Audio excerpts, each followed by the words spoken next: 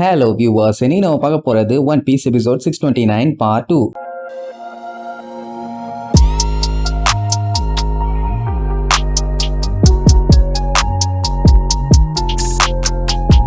Open பண்ணா அந்த navy head குவார்டர்ஸை காட்டுறாங்க. சும்மா தகன்னு இதுக்கு முன்னாடி இருந்ததை விட கொல மாசா இருக்குது. இப்ப அங்க பயங்கரமான மீட்டிங், மெயினா வார்லாடுகளை பத்தி. உள்ள இருக்க அட்மிரல்ஸை பாத்தீங்களா, ஒவ்வொருத்தரும் எப்படி இருக்கானுங்கன்னு. 10 கொலை கேஸ், 12 செயின் ஸ்நாச்சிங், 3 கடத்தல் கேஸ் போடலாம் போல. அப்படி ஒரு மொசர கட்டைங்க. இப்போ 7 வார்லாடுகளை பத்தி பேசுவானுங்க. ரொம்ப மோசமானவனுங்க, கொடூரமானவனுங்க, சொல்ல போனா பிரஸ்டீஜ் பாக்குறவனுங்க. ஆனா இப்ப இவனுங்க கவர்மெண்ட் சைடு சேர்ந்ததுனால மத்த பைரட்ஸ் எல்லாத்துக்குமே இவனுங்க பெரிய த்ரெட். முதல்ல இருக்கிறது யாரு? வேர்ல்டுலயே கிரேட்டஸ்ட் ஸ்வாட்ஸ்மேன் ஹாக்கை, இல்லனா டிராகுலா மிஹாக்னு கூட சொல்லுவாங்க. அவன் வெட்டுனா அந்த வெட்டுல ஒரு வெறித்தனம் இருக்கும். அடுத்து கிங் ஆஃப் ட்ரெசரோசா, அவன் ஒரு கவர்ச்சிகரமான டெவில் டான் கிஹோட்டி டோஃப்ளமிங்கோ. அடுத்து நேவியோட ஹியூமன் வெப்பன் டைரன் பார்த்தலோமியோ குமா. அடுத்தது அமேசான் லிலியோட எம்பரஸ், அது மட்டும் இல்லாம பைரட் எம்பரஸ்னு சொல்லுவாங்க, போவா ஹான்காக். அடுத்து இப்ப சேர்ந்திருக்கிறது புது ஆளு, சொல்ல போனா ஒஸ்ட் ஜெனரேஷன்ல இருந்து வந்த ஆளு. ராக் போர்ட்ல நடந்த இன்சிடென்ட்டுக்கு இவன் தான் மாஸ்டர் மைண்டாமா, சர்ஜன் ஆஃப் டெத்னு சொல்ற ட்ரஃபால்கர்லாம். அடுத்து இருக்கிற வார்லாடு 2 வருஷத்துல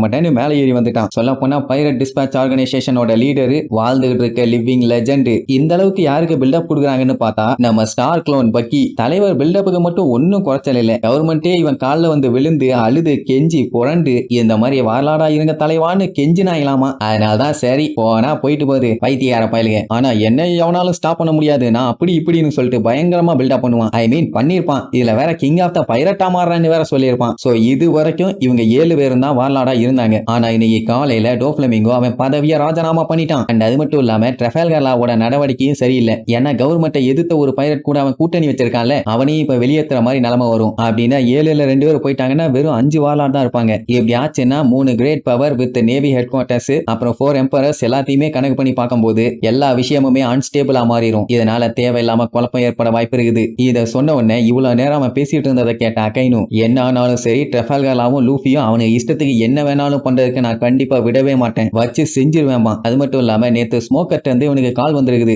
எல்லாத்தையுமே ஒண்ணு சேர்த்து பார்த்து நிலைமை எப்படி இருக்குது என்னன்னு சொல்லி பாத்துடலாமா. இந்த நிலைமை என்ன ஏதுன்னு பாக்குறதுக்காக குஜிட்டோராவை அனுப்பி வச்சிருக்கானாமா. அதே நேரம் இங்க டோஃப்ளமிங்கோட கோட்டைக்கு முன்னாடி ஒரே கலவரம். மக்கள் எல்லாம் கத்துன்னு கத்திட்டு இருக்காங்க. நீங்க தான் கிங்கா இருக்கணும், இந்த பதவியை நீங்க ரிசைன் பண்ண கூடாது, எங்களுக்கு நீங்க வேணும்னு. அதே நிறைய பேர் தால இவன் ரிசைன் பண்ணிட்டாங்கிற மேட்டரை நம்பவே முடியல. நியூஸ் பேப்பர்ல போட்டுருக்கலாம், உண்மையா சொல்லுங்கன்னு சொல்லி காதறி தள்ளிட்டு இருப்பாங்க.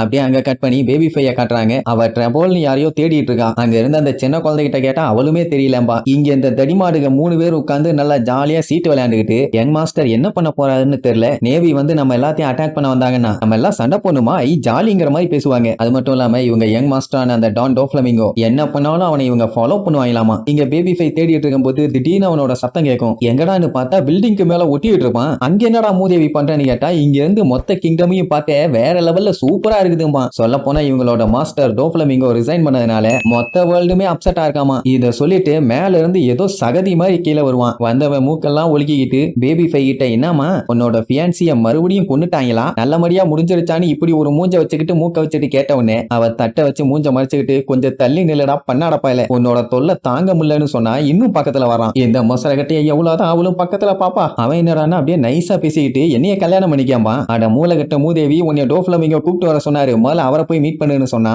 அதெல்லாம் அப்புறம் மீட் பண்ணிக்கலாம், நீ என்னைய கல்யாணம் பண்ணிக்கம்பா. ஏன்னா டோஃப்ளமிங்கோ அடுத்தடுத்து இவ பாக்குற ஆளுங்க எல்லாத்தையுமே கொண்டுகிட்டே தான் வரான். இவனை மாதிரி ஆளை கொல்லவே முடியாதாமா. இத சொன்ன உடனே அவ அந்த பக்கமா திரும்பி அப்படியே குலுங்குவாளா. பார்த்துட்டு இருந்தவங்க எல்லாம் இன்னைக்கு அவ காண்டாய் அவனை பொலன்னு பொலக்க போறா, இல்லன்னா உட்கார்ந்து அழ போறா. இது ரெண்டுல ஏதோ ஒண்ணு நடக்க போகுதுன்னு சொல்லி ஆர்வமா பாப்பாங்க.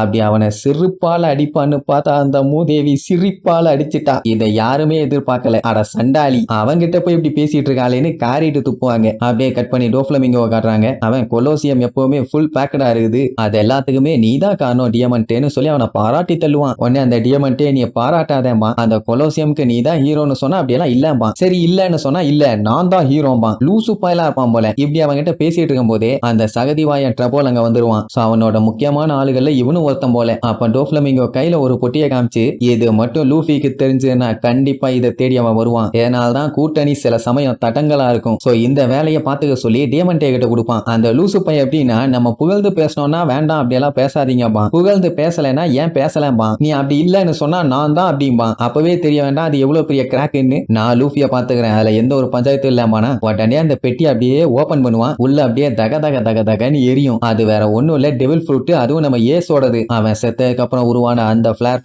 ஃப்ரூட்டை இவன் ஆட்டைய போட்டு வச்சிருக்கான். இந்த ஃப்ரூட்டோட பேரை மெரா மெரா நொமின்னு கூட சொல்லுவாங்க. அந்த டைம் எல்லாம் லூஃபி அதை நினைச்சு எவ்வளவு கஷ்டப்பட்டு குஷ்டப்பட்டு கதறி கதறி அழுதான். அப்படி இருக்கும்போது அவங்க அண்ணனோட இந்த ஃப்ரூட்டை கண்டிப்பா அவன் வேற யாரும் சாப்பிட விடவே மாட்டான். சோ இதை வச்சு அவனை கேட்ச் பண்ணிடலாம்னு சொல்லிட்டு வில்லத்தனமா சிரிச்சுட்டு இருப்பான். மொத்தத்துல நம்மளுக்கு வந்து சேர்றதுக்கு முன்னாடியே லூஃபிக்கு ஸ்கெட்ச் போட்டாச்சு. இங்க நம்மளுக்கு அப்படியே பொறுமையா டிராவல் பண்ணிட்டு வந்தாங்கல்ல, அப்படி வந்துட்டு இருக்கும்போது ரோபினுக்கு ஏதோ சன்ஃபிளவர் தோட்டம் மாதிரி அப்படியே ஃபீல் ஆகும். சடனா எந்திரிச்சு பார்த்துட்டு நம்ம ஐலாண்டு பக்கத்துல வந்தாச்சும்பா எல்லாருமே பார்த்துட்டு செம்மையா சந்தோஷப்படுவாங்க. பாவம் உசோப்பு தான் மூஞ்சி வேர்த்து போய் இருப்பான். ஏன்னா இப்ப இவங்க மோத போறது சாதாரண ஆள் இல்ல அப்படின்னா உள்ளுக்குள்ள பீதி இருக்கத்தானே செய்யும். லூஃபி அந்த ஐலாண்ட பார்க்க ரொம்ப ஆர்வமா வெயிட் பண்ணுவான். அப்படியே அந்த இடமே கலர்ஃபுல்லா பச்சை பசல்னு பூத்து குலுங்குது. உடனே அங்க பக்கத்துல போனவனே ட்ரெஸ் ரோசாக்க வந்தாச்சேன்னு லூஃபி கத்துவான். சோப்பா அவனை புடிச்சு கத்துக்கத்து நத்துவான். பின்ன இவன் கத்து டோஃப்ளமிங்கோக்கு கேட்டுருச்சுன்னா வந்து தொலைஞ்சிருவான்ல. அட அதெல்லாம் கேட்காதுன்னா அதை பத்தி இந்த சாமுராய் கூட்டத்துக்கு கவலை இல்ல. அவனுக்கு அந்த காஞ்சுரோவை காப்பாத்தியே ஆகணும், அவ்வளவுதான். சரி ஒரு வழியா நம்மளுக்கு டிராவல் பண்ணி ட்ரெஸ் ரோசாக்கு வந்தாச்சு. லூஃபிக்கு இங்க வந்ததுல செம்ம ஹாப்பி.